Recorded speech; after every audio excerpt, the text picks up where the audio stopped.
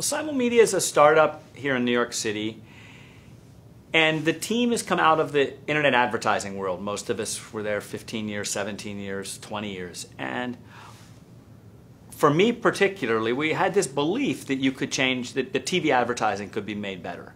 And that a lot of the technology and techniques that we've been using in the online advertising world to change ads and deliver better ads on personal computer screens, and now tablets and maybe mobile phones, really could add a lot of value to the television screen. So we started the company to improve advertising on TV.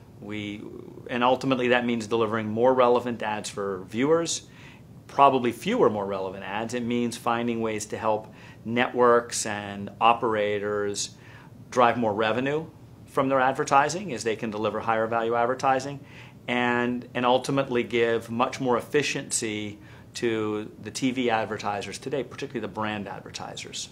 Television advertising today is bought really on three bases. You buy a certain program, you buy a certain sex age demographic, female 18 to 49, or you buy ads to a particular geography. And it's that simple. And there was a day in the 1950s and 60s and 70s when that was enough. And that hasn't been enough really for the last 20 years. And so what we do is we've built now the world's largest television viewing targeting database. And we have anonymous set-top box viewing data from more than 16 million set-top boxes. That's more than 30 million viewers. And so that's much bigger, obviously, than panels of 14 or 18,000. And with that, we're able to essentially separate people from programs. We're able to know that at 3:30 in the afternoon on reruns of Everybody Loves Raymond, on a Wednesday on USA Network, you actually have an audience that is extraordinarily highly indexing for the likelihood to go to movies and to watch romantic movies that weekend. And this is not a spot that's intuitive or normal for a movie studio to buy to launch that theatrical release that weekend. And so we work with the cable operators, the satellite operators, the telco operators to bundle up their inventory so they can now go to studios and say, we're going to package together a lot of spots on TV, on smaller networks and non-prime day parts that you would have never known to buy, that we know mathematically and from a data standpoint are going to be much more likely to be viewed by people that are likely to go watch a romantic movie on Saturday.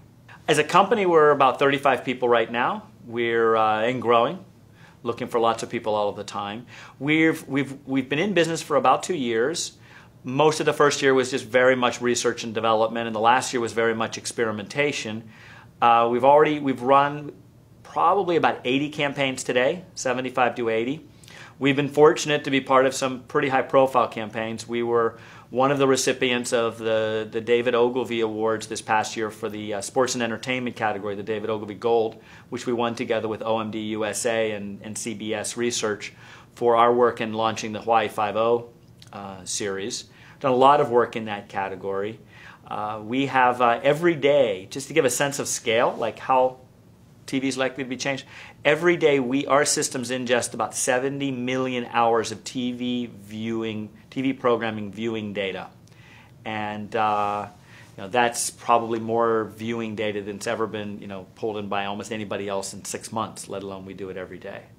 Your programming is broadcast, but things are merging. How could this system work or transition or surface through IPTV, if it can, or if you expect it can. We think that on-demand, internet protocol-driven television, on-demand TV is coming. It's not going to happen tomorrow. It's not all going to happen next year. But in the next 4, 5, 6, 7 years, we're going to see a television world that has a lot of characteristics of the online world, and that you can find the programming you want when you want it. You'll watch it on whatever device you happen to be. Now, fortunately, we know people always tend to, when it comes to video entertainment, the largest screen.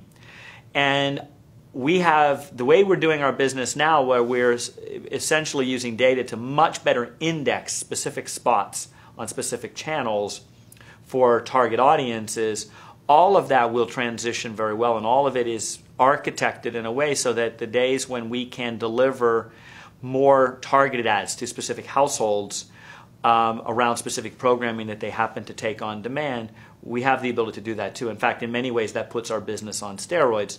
However, we're focused today on the broadcast and earlier classic linear multi-channel TV that people receive, because that's going to be the dominant television viewing platform for at least the next 5 years.